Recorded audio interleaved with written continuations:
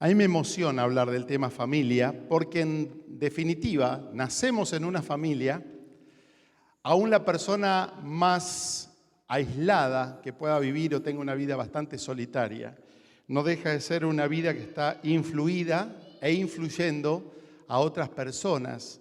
Y mire, he entendido que Dios tiene propósitos y los propósitos de Dios son multigeneracionales.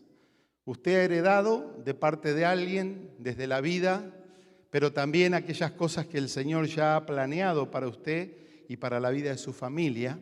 Y por otro lado, hay gente que depende de su fe, depende de lo bueno que usted haga en esta tierra para que esa bendición se extienda de generación en generación.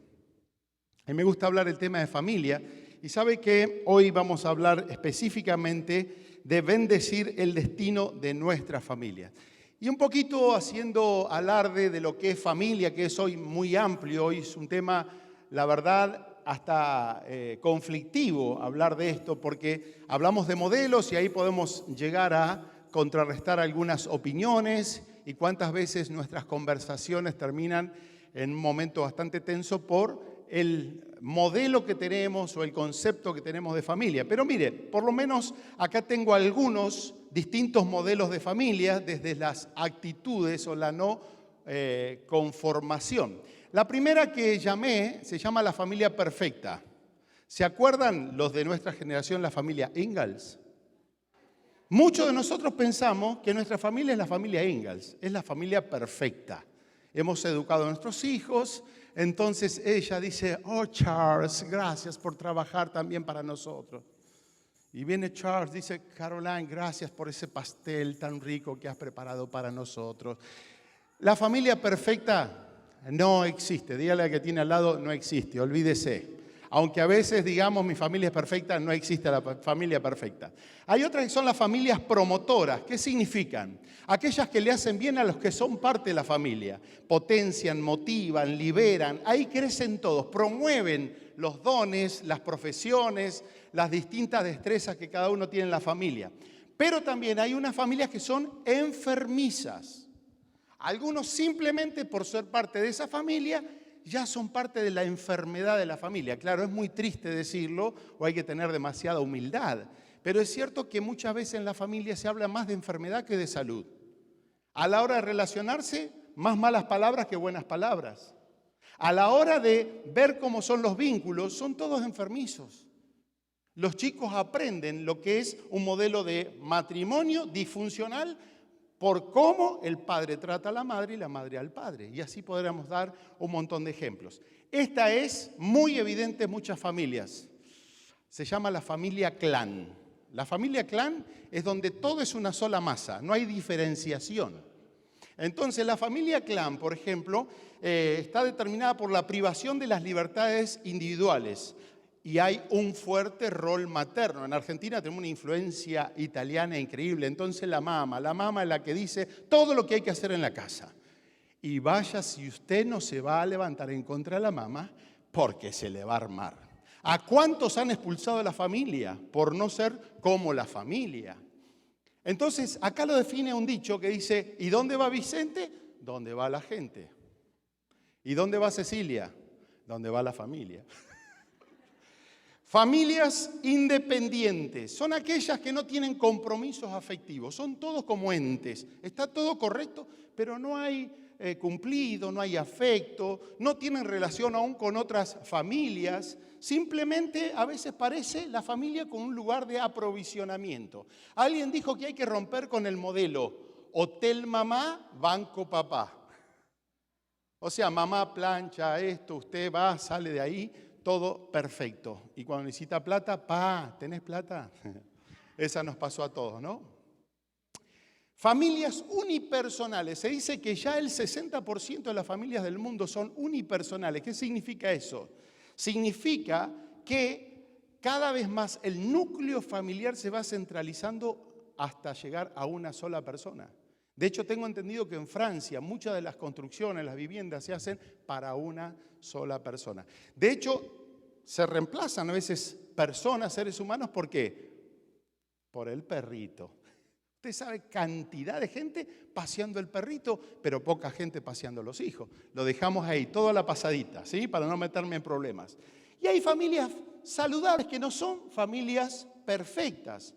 Al contrario, se van construyendo, donde todos van aprendiendo en el dinamismo de la vida. Se imagina que todos tenemos nuestro proceso evolutivo y estamos todos juntos en principio en una casa. Es algo dinámico, es algo que nunca termina de trabajarse.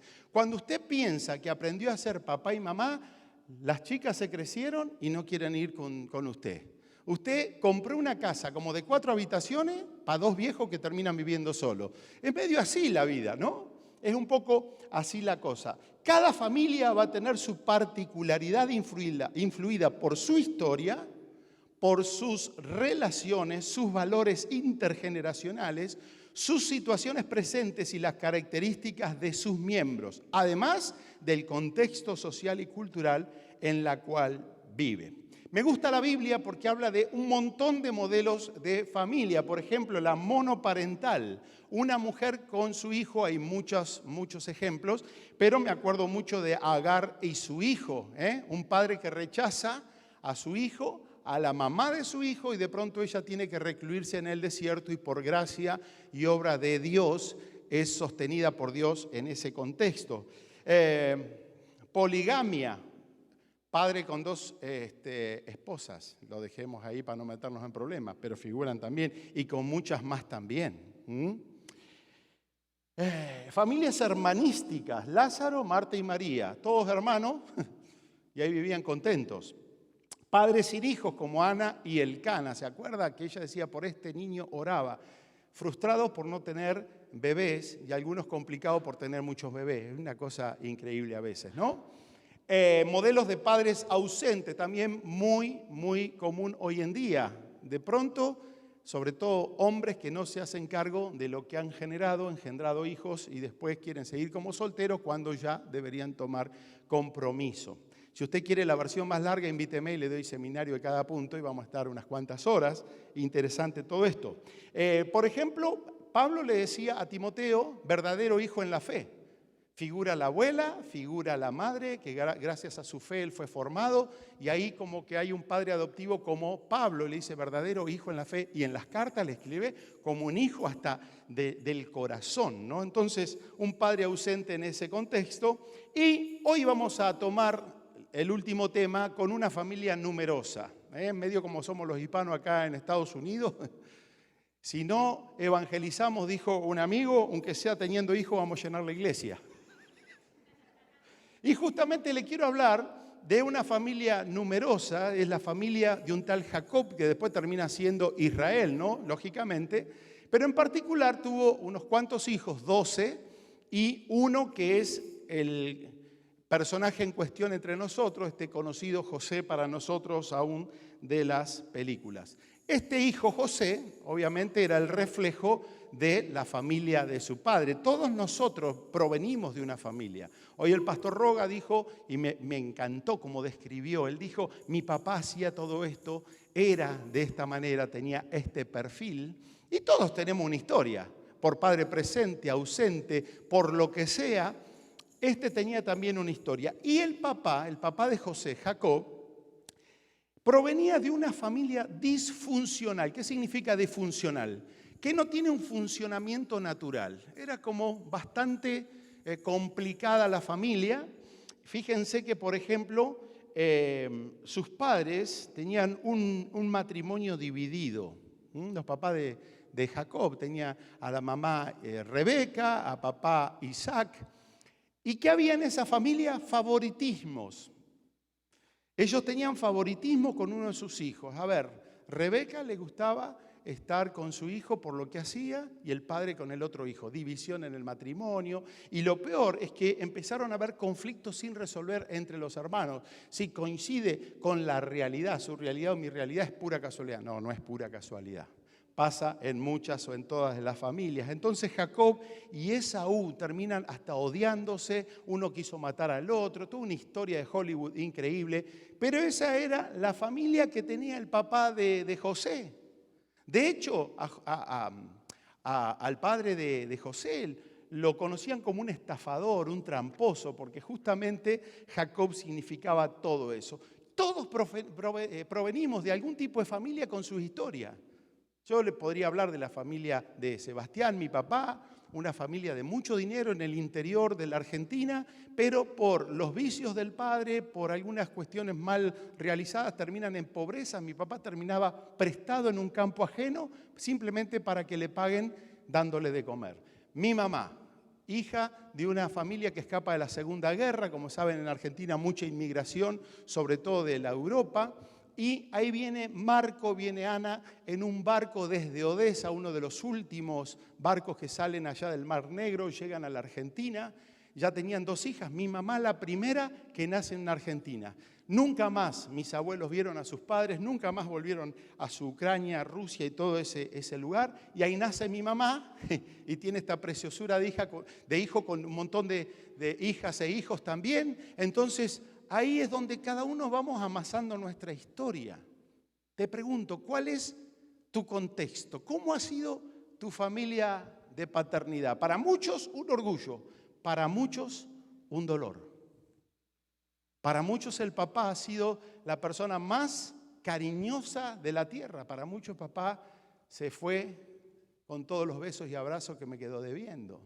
Todos tenemos nuestra historia. Y fíjense que la familia de José ya tenía cierta conformación. Les vuelvo a repetir, su papá tenía una historia bastante complicada con su familia, pero José con sus 11 hermanos también tenía varias complicaciones. De hecho, este José tenía 17 años cuando le ayudaba a sus hermanos en las tareas. Todos conocemos esta historia, pero era uno de los más pequeños y cuando veía a los hermanos en la tarea le pasaba los datos. No sé cómo le dicen ustedes, el que le pasa el cuento a los padres. O sea, los hermanos lo terminan odiando, ¿no? Y los padres decían, anda, fíjate qué hacen tus hermanos. Bueno, José tenía esa función. Ya se empezó a ganar el odio de todo el resto. Jacob, su papá, le amaba más a él que al resto de sus hermanos porque lo había tenido en su vejez. O sea, el viejo dijo, todavía funciona y tengo un hijo, este es especial. Era el hijo del último tiempo, un afecto especial, pero ahí empieza a haber problemas. Mi abuelo decía, los padres debemos amar a todos los hijos por igual, como yo amo todos mis dedos. Todos son de las mismas manos, pero son todos diferentes. Pero anda a decirle a tu hermano que tu papá tiene favoritismo, se complica la cosa. Muy bien.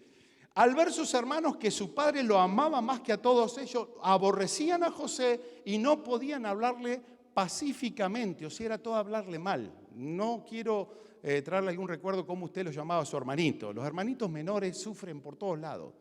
No le compran ropa nueva porque heredan lo que los demás van gastando hasta que le toca el turno. Ya a esa altura ya no hay más plata para gastar.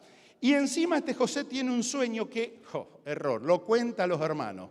Lo odiaban, encima le está diciendo que tiene un gran sueño, un sueño bastante interesante porque contaba con el respaldo de Dios. Y ellos llegan a aborrecerlo aún más todavía, por supuesto. Lo aborrecieron aún a causa de sus sueños y sus palabras, y termina este pasaje diciendo, sus hermanos le tenían envidia, pero su padre meditaba en esto. O sea, una familia como los Adams, familia muy normal. Tarararam. ¿Sí? Piensen esto. Es una familia complicada. Y le quiero decir, aflójese, si su familia es complicada, todavía hay esperanza. Dios sigue soñando con un propósito en su vida y en su familia, a pesar de la familia de sus padres y su propia familia. Fíjense que estos 12 eran hijos de 4 madres diferentes.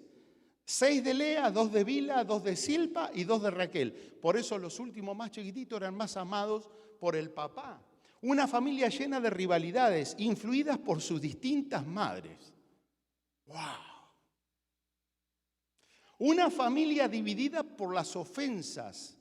Les hablé de favoritismo, les hablé de mala herencia, les hablé de alguien que dice, tengo un sueño, pero me siento superior a ustedes. Y ahí empieza a complicarse esta historia familiar. Y el tema que quiero en particular decirles es el tema de la ofensa. Cómo la ofensa es usada en la vida por Satanás para poder dañar y enfermar el corazón de aquellos que viven en esa familia. La ofensa desanima, contamina lo mejor de uno, pero mal predispone, enferma el alma. La ofensa, ¿sabe cuál es la ofensa más dolorosa? Es la que se inicia en un vínculo de confianza. La ofensa de su esposo o esposa es la que más le va a doler, porque está más cerca del corazón. Las de sus hijos, las de sus familiares. ¿De dónde lo saco esto? Del Salmo, que literalmente dice, porque no me afrentó un enemigo, lo cual lo hubiese yo soportado. ¿Qué esperas de un enemigo? ¿Algo bueno? Obviamente algo malo y nos defendemos. Yo lo hubiera soportado, ni se alzó contra mí el que me aborrecía, pues me hubiese ocultado de él. Sino que tú, hombre, al parecer íntimo mío, mi guía, mi familiar, que juntos comunicamos dulcemente los secretos y andamos en amistad en la casa de Dios. ¿Dónde más duele? Cuanto más cerca el corazón está. ¿Sabe que los pastores también somos padres? Tenemos mucho de padres. ¿Sabe que nos duele el corazón?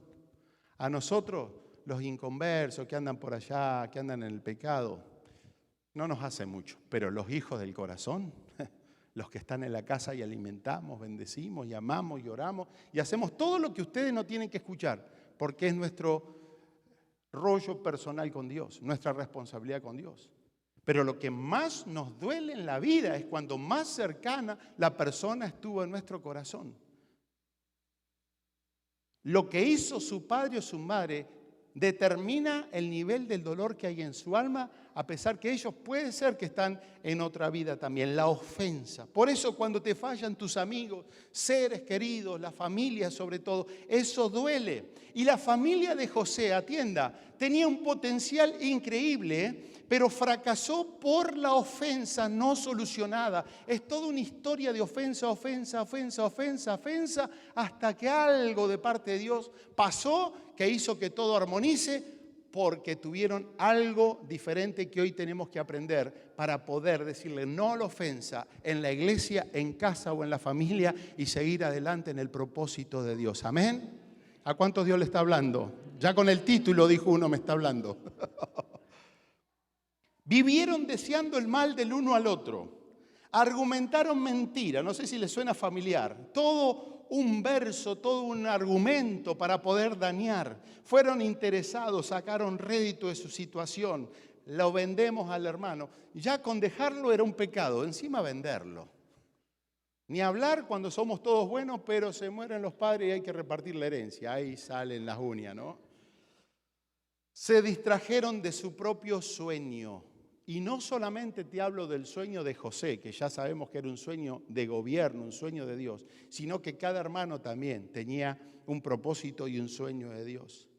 La ofensa en lo familiar viene cuando te sientes incomprendido, cuando sientes que alguien no te respetó. Y piensa en la iglesia, el matrimonio, la familia. Alguien no lo respetó, no respetó su posición. Alguien de hijo termina un desconocido. ¿Cómo puede ser que Absalón esté buscando a su padre para matarlo? Hay generación que no ama a su padre y no ama a su madre. Y esto lo estamos viendo ahora. Hijos sin afecto natural. La violencia en casa, no en el mundo solamente.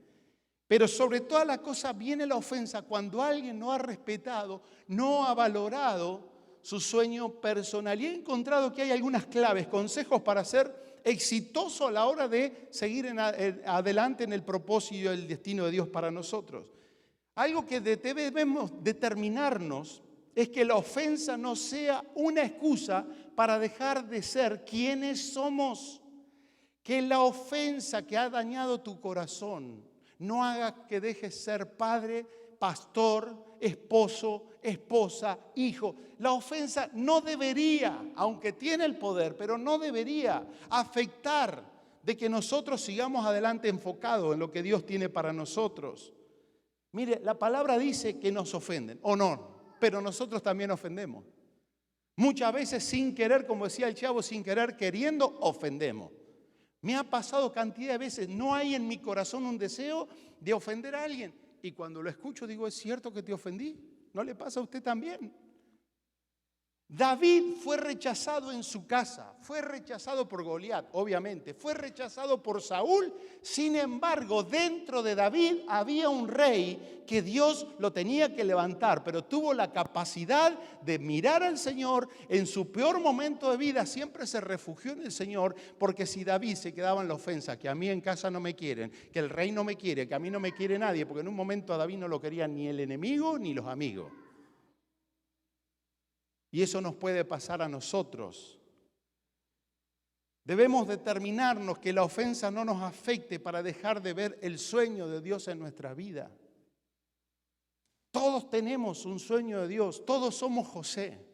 Pero hay filtros que van a tratar en nuestra vida de desanimarnos, en lo familiar, en lo moral, en la injusticia de la vida. Distintos filtros que quieren que nosotros nos dobleguemos para dejar de ser lo que Dios quiere que seamos. Lo queremos todo instantáneo. 18 años tardó José en empezar a ver el sueño y la palabra que el Señor le había prometido. ¿Sabe cuándo es nuestro un sueño grande? De acuerdo a la cantidad de personas que Dios va a usarnos para bendecir. José pensaba que simplemente iba a poder ser una esperanza para su familia. Fue la esperanza para una nación, pero él tuvo que aprender a seguir adelante mirando el propósito de Dios. Y sobre todas las cosas, yo quiero hablarles de decisiones sabias. Decisiones sabias. ¿Qué vamos a hacer en nuestro contexto? Con los padres que tenemos, con la vida que tenemos. En primer lugar, piense en su familia, es proponerse en el propio corazón, proponernos en el propio corazón, no ofender a los demás. Hay un versículo que me gusta que dice, estad en paz con todos siempre y cuando dependa de ti. ¿Sabe que hay gente que no hay manera de llevarse bien? Pero no hay manera. Más de una vez le digo, ¿qué necesitas para ser feliz? No sabe, pero lo reclama.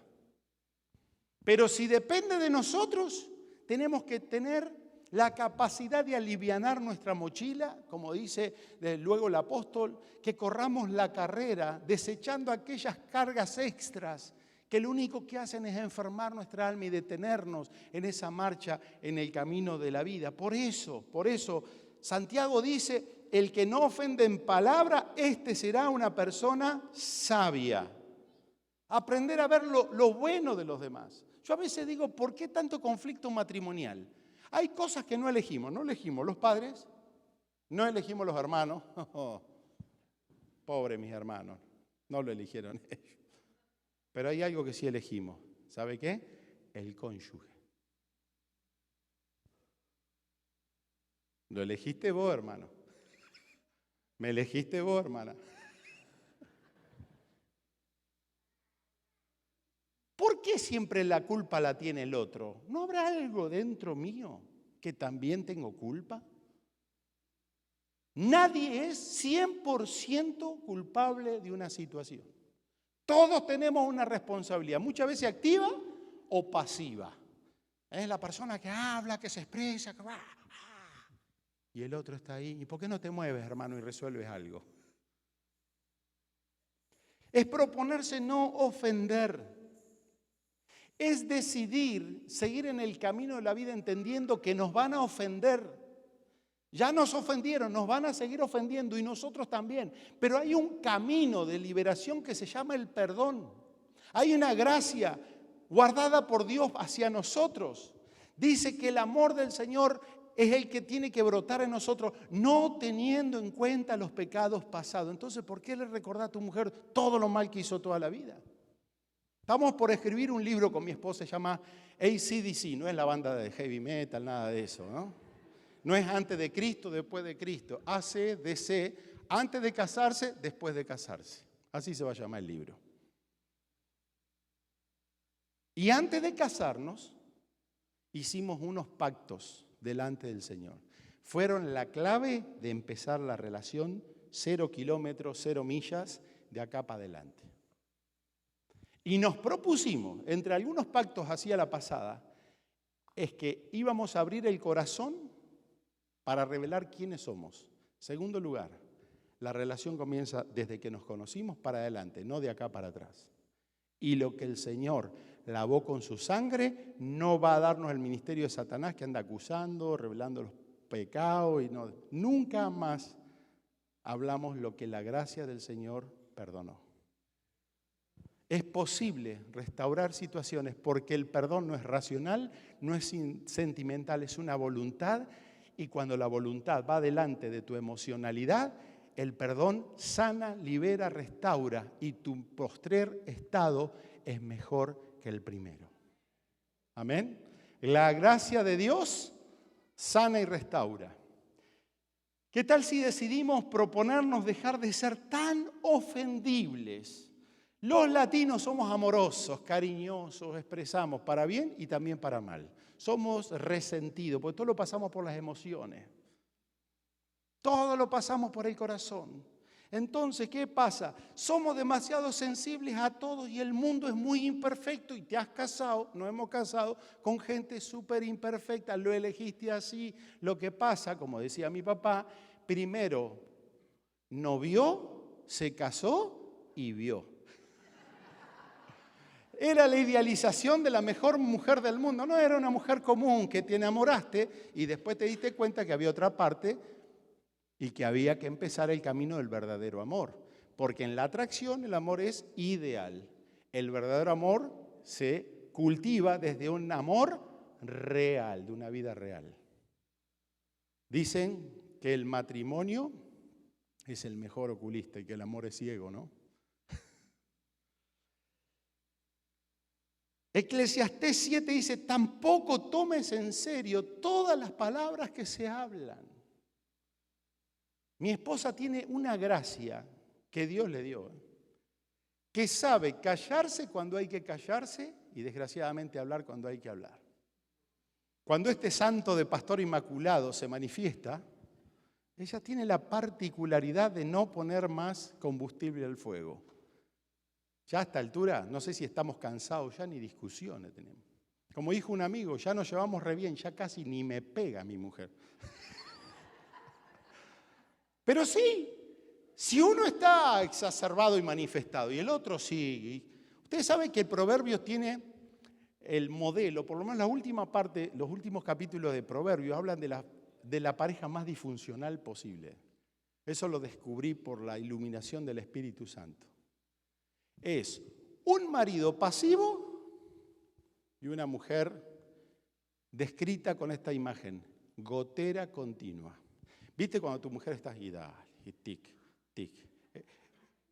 Es la, ¿cómo es? China, la tortura china, ¿viste? Tiki, tiki, tiki, tiki. Entonces, si usted tiene una mujer tiki, tiki, gotera continua, y otro que le pesan las piernas para hacer algo, no quiero ser ni el perro de su casa. Por ahí viene la mano, ¿no? Entonces, a ver, nos casamos, vivimos con gente real. Debemos reconocer que así como usted tiene un día malo, el otro también, paciencia. A veces hay que hablar, a veces hay que callarse la boca, hermano. Pero no ser tan ofendible. Y mira usted como que la mujer de al lado tiene el marido. Yo no quisiera también estar en la casa del de al lado. Todos tenemos nuestros asuntos, pero no seamos tan ofendibles y somos tanto por el corazón. Justamente ahí en cuanto al ataque espiritual hay un principio, ¿no? Ahí en Efesios 6 dice, habiendo acabado el día malo, estar firme. O sea, el matrimonio lo mismo. Que el día malo se termine alguna vez. Y seguir firme, vamos para adelante. ¿No pasó que a veces usted dice, no, esta no me la aguanto más, divorcio? Al otro día anda los besos de nuevo. Oh. Somos las parejitas que aconsejamos, ¿no? Nos llenan de todo, tanto, y después tanto lío andan ahí abrazaditos, felices y contentos, ¿no? No viva tratando de tener siempre la razón. Mire, esto me lo enseñó un amigo. Muchas veces hay que tener la razón para salvar una relación. ¿La notó? ¿De qué sirve tener la razón y perdemos la comunión, la confianza del otro, ¿no? Porque debemos entender esto. Tenemos que ser sabios para construir relaciones de propósito. Y la última que anoté acá es decidir siempre hacer la voluntad de Dios en nuestras vidas. Nunca una familia, nunca un matrimonio va a poder vivir en la voluntad de Dios si primero usted individualmente no tiene una relación, no ha enfocado su vida con el Señor y tiene pautas claras de vida. Porque si su vida es una confusión y se mete con otra persona, a la larga no hay acuerdo, es yugo desigual aunque los dos vayan de la manito al culto. Hacer la voluntad de Dios es una decisión previa. Miren, no me pongo como la parejita de la tapa de la revista, pero sí, ya la pastora y el pastor Silvano con Andrea se casaron más de 30 años, ya no sabían cómo orar, las viejitas de mi iglesia, ya no sabían si era oración por una compañera, para mí un milagro, y apareció la Andrea ahí, ¿no? Pero ya veníamos con nuestras historias y fue muy lindo porque fue una relación ya muy madura. De hecho, cuando uno ya ha vivido la vida, experiencias de vida y esas cuestiones, así como uno empieza a identificar cuando la cosa no viene bien rápido, ¿no? También uno identifica cuando algo viene bien. Entonces, no pasaron unos pocos meses, nos casamos, pero lo primero que tiramos en la mesa es cuál es tu proyecto de vida y cuál es el propósito de Dios. Y nos hemos pactado, otro pacto más, es que nos vamos a potenciar mutuamente en lo que el Señor tiene para cada uno de nosotros. Amén. Hacer la voluntad de Dios. Saber que siempre en Dios tengo máxima confianza y comprensión porque Él me conoce. Y tiene que ver con esa capacidad que nosotros querramos nosotros con el Señor. Mire, José pasó mal en la familia, mal con los hermanos, acusado, en la cárcel, una difamación increíble y de pronto va a la cárcel, todos prosperaban, todos volvían a su puesto y él se quedaba ahí siempre olvidado, hasta que dice la palabra que Dios se acordó de él. Mire, tarde o temprano, no importa lo que te haga el hombre, la mujer, el hombre genéricamente, lo que Dios dijo que va a hacer con tu vida y ministerio, lo va a hacer, lo quiera o no lo quiera mucha gente.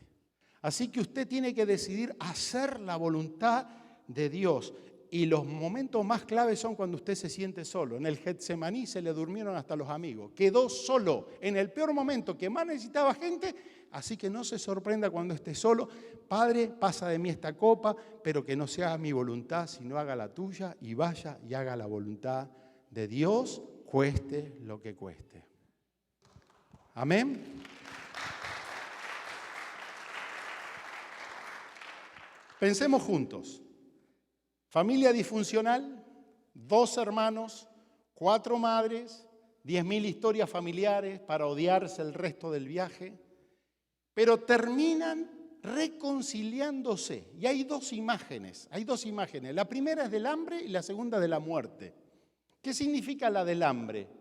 La del hambre es que muchas veces, desgraciadamente, en familias de hermanos que se odian o por lo menos no se ponen de acuerdo, se evitan, que tienen que ir a sacarse la foto del nene que cumplió años y todos ponen ganas de feliz, sale la foto y se están odiando de nuevo por la herencia, por lo que dijo, por la que se casó, mirá con quién se metió, que me debe plata, todo este tema de familia. Pero muchas veces la necesidad hace que la familia se tenga que unir. Una desgracia de familia muchas veces hace que se une un matrimonio. A ver, el hijo está en droga y el padre y la madre que tuvieron problemas toda la vida terminan padeciendo el mismo dolor, unidos por una situación. Y tantas cosas que a veces la vida tiene que desgraciadamente nos obliga a unirnos cuando debería ser una unidad desde nuestro corazón. Y por la muerte, ¿qué significa? Que muchas veces un dolor nos termina uniendo. Mire, finalmente papá Jacob muere. El papá que no hizo todo bien, el papá que venía complicado, pero que bueno, hizo lo que pudo el viejo, a pesar de sus miserias, un día se muere. Todos un día se despiden de nosotros. Entonces se echó José sobre el rostro de su padre y lloró sobre él y lo besó. Yo me pregunto, ¿sería algo que lo hizo después de tiempo o antes de tiempo? No lo sé, pero por las dudas, a quien lo tenga vivo, ámelo y demuéstrele amor ahora. No espere que alguien se muera para decir, ay, cuánto lo quería. No, es ahora. Entonces José subió para sepultar a su padre y subieron con él todos los de la casa, los ancianos, los siervos, los de la tierra, no importa. Pero acá dice, y toda la casa de José y sus hermanos. Qué triste, y yo lo he visto, hermanos que se odian llorando juntos frente al cuerpo inerte de su papá o de su mamá. Qué cosa, ¿no? La vida. Y así les pasó a ellos, unidos por una muerte. Pero fíjense, y con esto ya termino en serio, porque quiero que pensemos en esto. Ellos no se estaban dando cuenta que en la reconciliación Dios iba a potenciar esa familia disfuncional, los iba a sanar y los iba a potenciar individualmente. Porque para nosotros era una familia complicada, pero para Dios era una nación y un pueblo. Esa era la fase inicial del pueblo que termina hoy siendo la nación de Israel. Yo me pongo a pensar en tu familia y en mi familia. ¿Cómo perdemos el tiempo cuando no sabemos lo que Dios se ha propuesto si nosotros logramos como matrimonio unirnos, perdonarnos, abrazarnos, bendecir la vida de nuestros hijos y dejar de pelear con nuestros hermanos cuando Dios tiene propósito eterno para manifestar entre nosotros? Porque también Jacob antes, algo entendió los bendijo antes de morirse. Le dice, júntense, muchachos, les voy a declarar lo que les va a pasar en los días venideros. Y les empieza a profetizar diciéndoles, ¿saben qué? Ustedes no son una casualidad. Se están peleando entre ustedes. Hemos tenido nuestras historias, pero dentro de cada uno de ustedes, de tus hijos, de mis hijas, hay algo de Dios, un tesoro de Dios que tenemos que aprender a mirar, a abrazar y potenciar. Y lo llama a Rubén. ¿Sabe qué significa Rubén? Un líder. Aunque perdió bendición, siempre luchó, pero al final se rebeló. Era un hijo que nunca logró resolver los problemas de su corazón. Tenía potencial para ser un líder, sin embargo, Rubén se acercó a la idolatría, al pecado, una tendencia al aislamiento y perdió gran parte de la bendición que él podría haber tenido. ¿Cómo vas a reaccionar como hijo? ¿Seguirás con la ofensa? ¿Seguirás con tus ídolos? ¿O te acercarás al 100% al Señor? Simeón significa oír. Mire lo que se peleaban, el potencial que estaban desperdiciando. Habla de una persona sensible a Dios y es un compañero de los que sirven. Judá significa unión, tiene que ver con sacerdotes de Dios. Los más fieles, los que tienen el favor de Dios, los que sirven a Dios en un ministerio. De ahí vienen aquellos levitas, sacerdotes de Dios, destacados en la conquista y no solamente adoradores.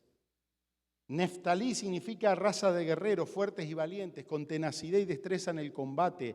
Dan significa juez. Fueron quienes más cayeron en pecados de idolatría. Fíjense cómo la historia después a dónde lo llevó a cada uno, con qué lidiaron el resto de su vida. Gad significa gozo, fertilidad, bendición, la habilidad para negociar y comerciar. Aser significa bendecido, feliz. Isaacar significa recompensa, entendido los tiempos y sabían lo que Dios iba a hacer en el pueblo. Son aquellos que sabían trabajar la tierra. Zebulón significa morar, honrar, reconocimiento. Benjamín, hijo de mi pena, de mi dolor. Pero Jacob, hijo de mi diestra. Lobo arrebatador, el amado del Señor. A esta tribu le gustaba seguir adelante en las cosas que Dios le había entregado. José significa el Señor añada, el más fiel, y tuvo recompensa sobre la vida de sus hijos. No se quedó la bendición para él, sino que compartió esa bendición en sus hijos Manasés y Efraín. Manasés era una tribu fuerte, inclinada a la guerra. Efraín, los más destacados e ilustres, representaban a toda una nación, exitosos, prósperos. Eso también fue una tentación para alejarse muchas veces de Dios. Y termino con esta escritura, Génesis 49. Todo esto fueron las 12 tribus de Israel y esto fue lo que su padre les dijo al bendecirlos. A cada uno por su bendición los bendijo. Ellos veían una familia destruida. Dios en ellos veía una nación. ¿Qué estará Dios viendo en tu familia? Usted dice, tengo un esposo que no le encuentro la vuelta, un hijo que no sé qué, y mi hija ni hablar. Con mi mujer no sé qué puede salir de todo esto. No sé cuál es tu radiografía de tu familia, que por cierto no es la familia Ingalls como la mía. Pero ellos perdieron su tiempo y oportunidades únicas hasta que por gracia y misericordia de Dios se tuvo que levantar uno, como José, que él dijo, yo no me voy a vengar de ustedes a pesar de todo lo que me hicieron, porque he entendido que finalmente todo fue voluntad de Dios para preservación de vida. La familia necesita a alguien que se levante y aprenda a perdonar. Alguien que entienda la óptica de Dios, que lo que pasó no es historia para quedarme en la falta de perdón, en el resentimiento, en la amargura, y que mi papá y que mi mamá. José fue tratado por Dios y se levantó con un corazón diferente. Póngase de pie, por favor. Me parece que es buen momento para poder venir al Señor. Cierre sus ojos.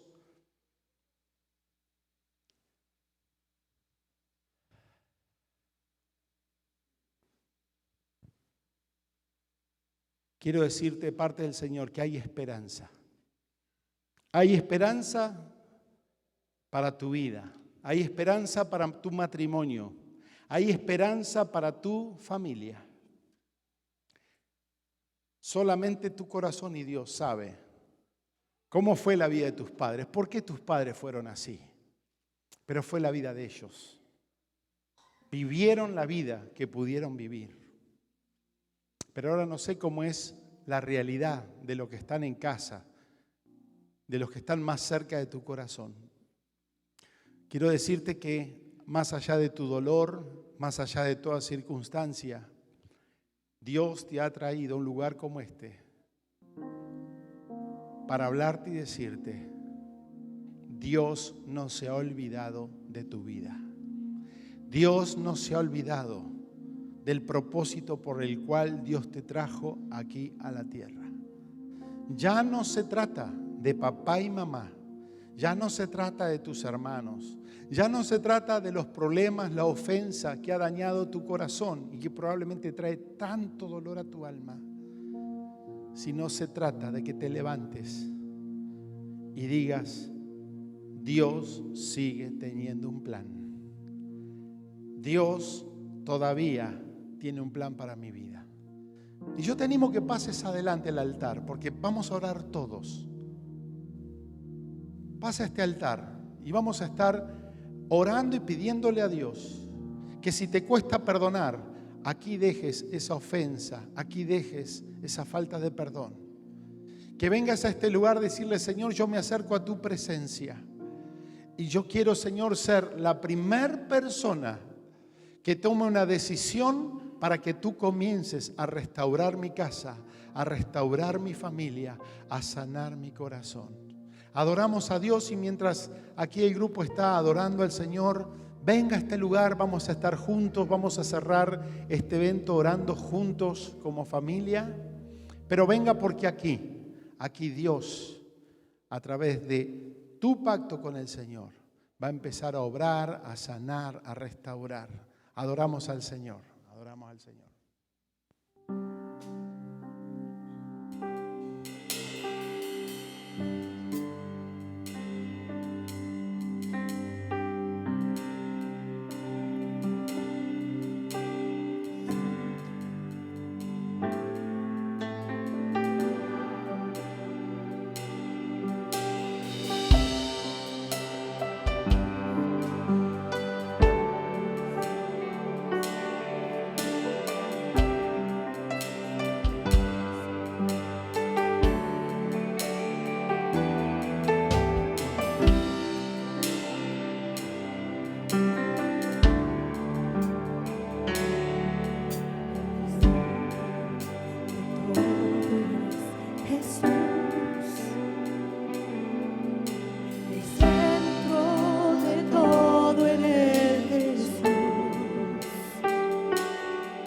desde el principio y hasta el fin.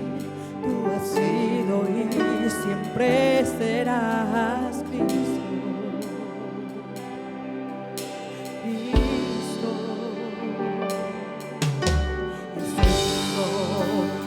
Este es el tiempo como iglesia donde Dios se quiere manifestar sobre tu vida.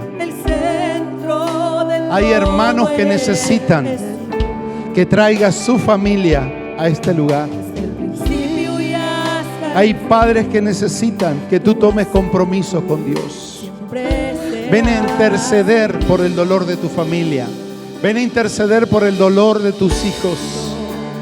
Levántate como un hombre, una mujer de Dios. Nada importa más que tú. Todo el universo.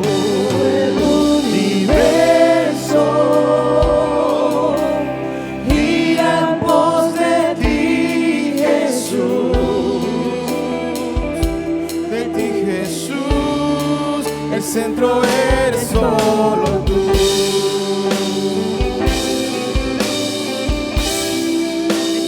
Eres solo tú.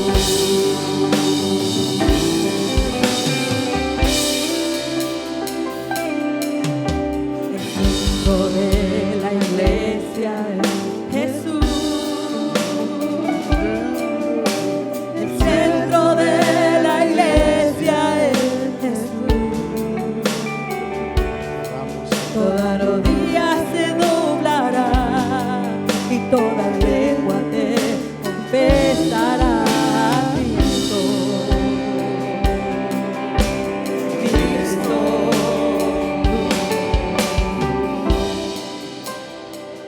Ahí donde estás, levanta tus manos al cielo y comienza a orar.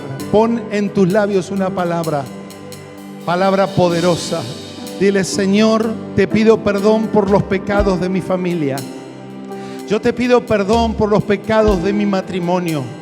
Yo te pido perdón por mi propio pecado, Señor, por aquellas cosas que no he contribuido a la paz, a la armonía, a la bendición tuya en mi casa.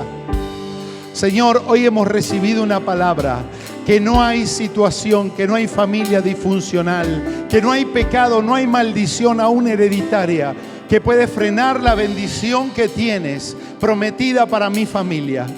Y Señor, extiendo mis manos al cielo ahora y digo: Señor, vengo a tu presencia para que tu sangre me limpie, pero que, Señor, se caiga en tierra todo lo que el enemigo ha querido construir desde mi dolor, desde mi ofensa, desde nuestras divisiones, desde nuestros pecados, Señor. Dígale: Señor, ten piedad de mi familia. Ten piedad de nuestros pecados, de toda ofensa, de toda división entre hermanos. Padre, de toda palabra que he levantado en contra de mis padres de juicio. Señor, te pido perdón, aun porque no he podido sobrellevar el dolor de mi alma. Pero declaro por tu palabra, Señor, que cuando tú tienes un sueño, tu sueño se va a cumplir. Y Padre, fuimos llamados a cortar una historia de pecado y de maldición, para que, Señor, mis hijos sean hijos de bendición. La bendición no va a quedar en tu corazón, José, va a quedar en tus dos hijos, porque ellos heredarán los pactos. Todo lo que hagas delante de Dios, porque Dios trae bendición a tu vida. Señor, bendigo esas manos levantadas, tu Espíritu Santo ahora, renovándote, tirando en tierra todo dolor, toda amargura en el nombre de Jesús. Y haz un compromiso con Él de ser un hombre y una mujer de bendición, de tener un corazón diferente, de no guardar el dolor y el rencor, ser personas que entiendan que Dios los ha llamado en este tiempo, no para seguir acarreando dolor y miseria, sino para levantarse y cambiar historias y salir de una familia para ahora ser alguien que hace gobierno, ejecuta autoridad para bendecir generaciones. En el nombre de Jesús, en el nombre de Jesús, estés obrando ahora, Señor, sanando el dolor, la herida del corazón. Señor, que sanes toda ofensa, que Padre, en el nombre de Jesús, todo lo que el enemigo ha erigido en nuestra familia se caiga en el nombre de Jesús. Y declaro que, Señor, mi familia verá tu gloria, porque hoy me he dispuesto a creerte y a levantarme y saber que en mi vida, la familia y la iglesia donde me has puesto, verá a un hombre y a una mujer que tiene un corazón diferente para abrazar, para entender que cumplirás tu plan. Señor, te bendecimos. Señor, te bendecimos.